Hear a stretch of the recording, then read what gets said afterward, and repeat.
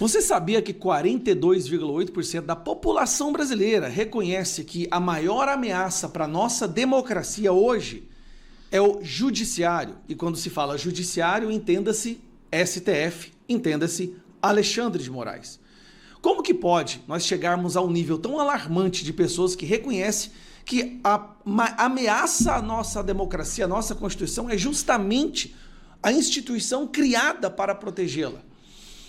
Quer que eu te fale uma pergunta? Eu só não entendo por que não é maior esse número. Se nós estamos numa ditadura, por que não é 60%, 70%, 80% das pessoas reconhecendo que o STF, o Alexandre de Moraes, instauraram uma ditadura no nosso país? Porque eles têm uma parceria muito forte com um membro, um braço dessa organização criminosa, que é a extrema imprensa brasileira. O que fazer quando a imprensa, também uma instituição criada para proteger a democracia, para proteger direitos fundamentais e colocar em xeque autoridades do país, se junta a essas autoridades para reforçar o autoritarismo? O que se pode fazer com isso? Eu já fui vítima dessa extrema imprensa várias vezes, mas teve um caso agora que superou todos os limites, que é este cidadão aqui. Esse verme chamado Guilherme Amado, que hoje está mais para Guilherme Odiado. Este cidadão foi cúmplice na prisão de Felipe Martins. Isso aí você já deve saber. Ele fabricou uma história que ele recebeu, né, dessa pessoa aqui, ó, dessa cidadã, essa pessoa que é a bruxa Letícia Salorenzo. Eu chamo ela de bruxa porque é assim que os membros da censura do TSE do Alexandre de Moraes a chamavam. O apelido dela era bruxa. O objetivo dela era fabricar histórias e passar para jornalistas, para que jornalistas pudessem perseguir amigos e pessoas próximas ao Bolsonaro. Dito isso, Guilherme Amado soltou uma matéria que é a maior vergonha do jornalismo brasileiro, que é essa matéria aqui, que levou à prisão de Felipe Martins. Investigado, Martins teve entrada registrada nos Estados Unidos e depois evaporou. Bom, você já sabe, Felipe Martins nunca saiu do Brasil, nunca pôs o pé nos Estados Unidos nesta data, né, em dezembro de 2022, não estava no avião, conseguiu provar isso por diversos momentos, mas ele foi preso e ficou preso 6 meses por conta dessa matéria. Tá, Gustavo, como é que você pode falar que foi essa matéria? O Alexandre de Moraes disse que não foi por causa dessa matéria, o Fábio Schor disse que não foi por causa dessa matéria, o Gonê disse isso. Ao analisar o pedido, Gonê defendeu a decisão que decretou a prisão de Martins, destacando que o despacho está suficientemente fundamentado e que no momento em que foi proferido o ex-assessor de Bolsonaro não foi encontrado em seu endereço habitual e havia a notícia, olha a notícia aqui, havia a notícia de que teria seguido para os Estados Unidos, ou seja, supostamente ele teria tentado fugir.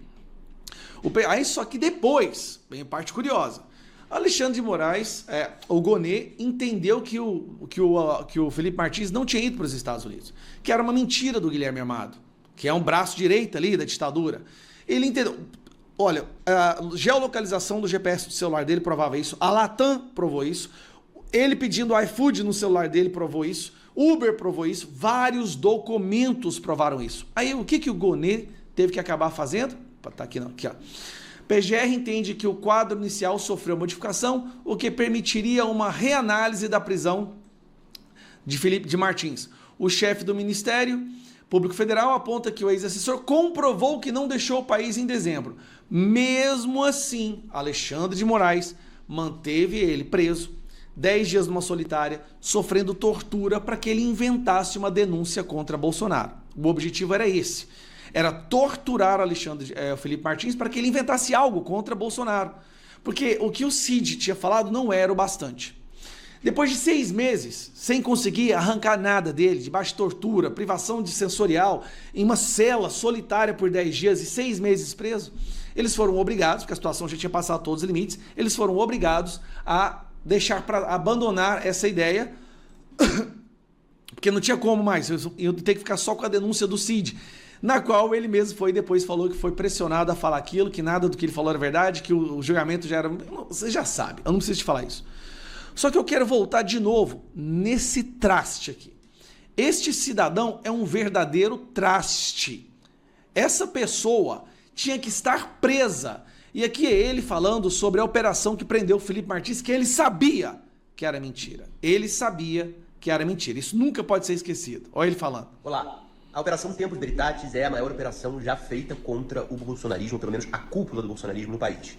16 militares, aliados importantes do Bolsonaro, o próprio Jair Bolsonaro, são alvos dessa operação que, sem dúvida, entra para a história. Porque ela é um divisor de águas na forma como o Estado brasileiro lidou com militares golpistas, pelo menos no período democrático.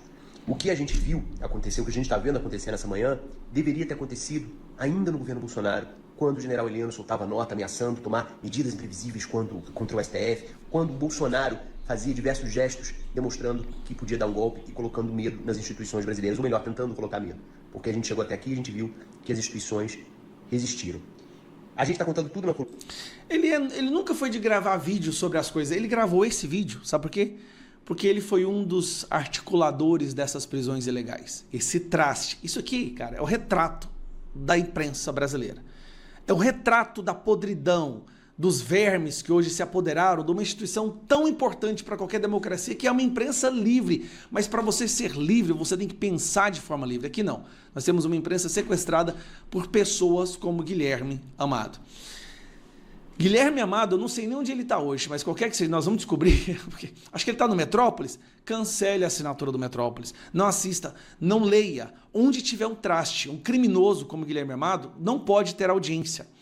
Qualquer imprensa que der guarida para um criminoso desse, que agiu de forma criminosa para prender uma pessoa inocente, não merece uma linha lida por qualquer pessoa brasileira.